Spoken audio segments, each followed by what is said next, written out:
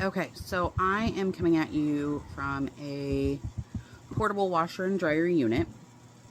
My spinner on the spin dryer, quit working. So I tore it apart and came across the following to fix the issue. Granted, it's not a permanent fix, but it is a fix, so I'm going to count it as a win. So the model that I have is a Cuppet washing machine.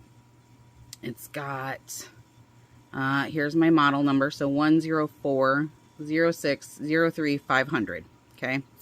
Now, my issue specifically was that the spinner up here, so when this knob was turned, the spinner was not spinning, right? It wasn't going in a circular motion to spin the actual items, okay? So I did not have to remove any of these screws. So if you need to remove this panel because the spring or anything like that's come undone, you do need to just remove these 3 pieces here, and this back panel will lift up. If you need to remove this entire outside housing, there are 3, 4, 5, 6, 7, 8 screws that you need to remove this entire like housing piece itself. It'll lift up and over. If you need to do that, there's 3 on the back, 2 underneath each handle, and then up here between the 2 washer and dryer lids, there is a plug. You pop that plug out, there is a screw down in there. Now, I'm going to give you fair warning. If you have ever pulled water clothes from the washer over to the dryer by over this little ridged area, water does get in there and it will like rust out that screw, so you might have to drill that screw out. But this is how you fix the issue of the spinner itself, okay? So I already have mine rigged up, but I'm going to explain it to you, and I'm going to try to get you screenshots as best I can. So this is a back panel. This back panel will actually unscrew with these 3 screws. And actually, I'll go ahead and undo this so that way you can see what I did, okay? So this is my rig for fixing it. So,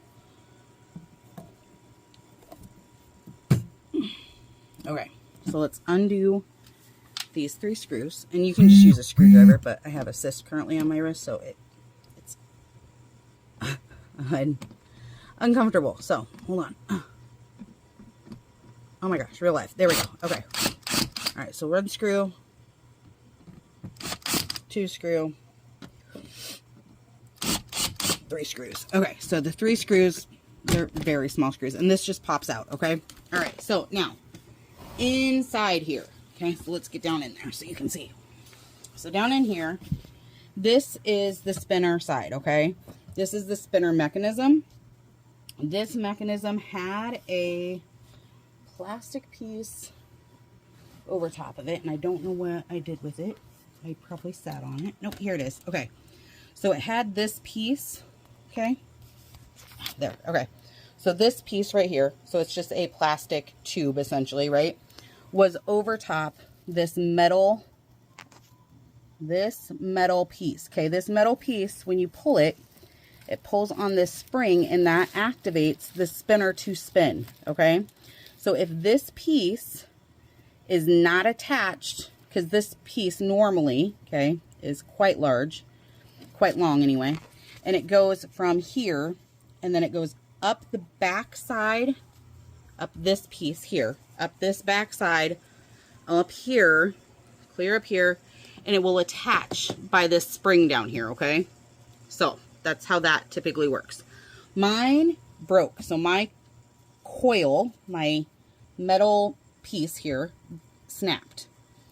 So what I did is I attached it to a rope, because when you pull the rope and it is pulled tight, if I turn on the spinner, which I will do after I hook it back up, it will spin, and then it'll automatically shut off when the spinner hits its cycle, okay? So I'm going to put the back panel back on, and I'm going to pull this tight again so you can kind of see how that is. So 1 second. Okay, so I'm back. So I've pulled that tight. I attached it to this rope, and all I'm doing is I'm looping this rope over itself numerous times to make it tight, okay? And then I have it on the end here, has a loop, so then I just put that loop over this edge and then push it over, okay? So then that gives me my tight connection there. Now, because that's taut against it, right?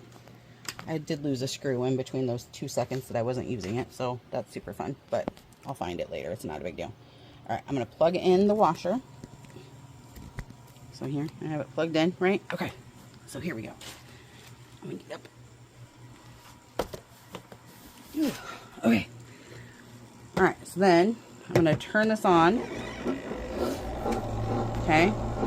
And if I lift this up, we can see it's now spinning. So that's the solution for that. So if you were to turn off the item, it will also just automatically turn off the motor and it'll slow down like normal and will not run.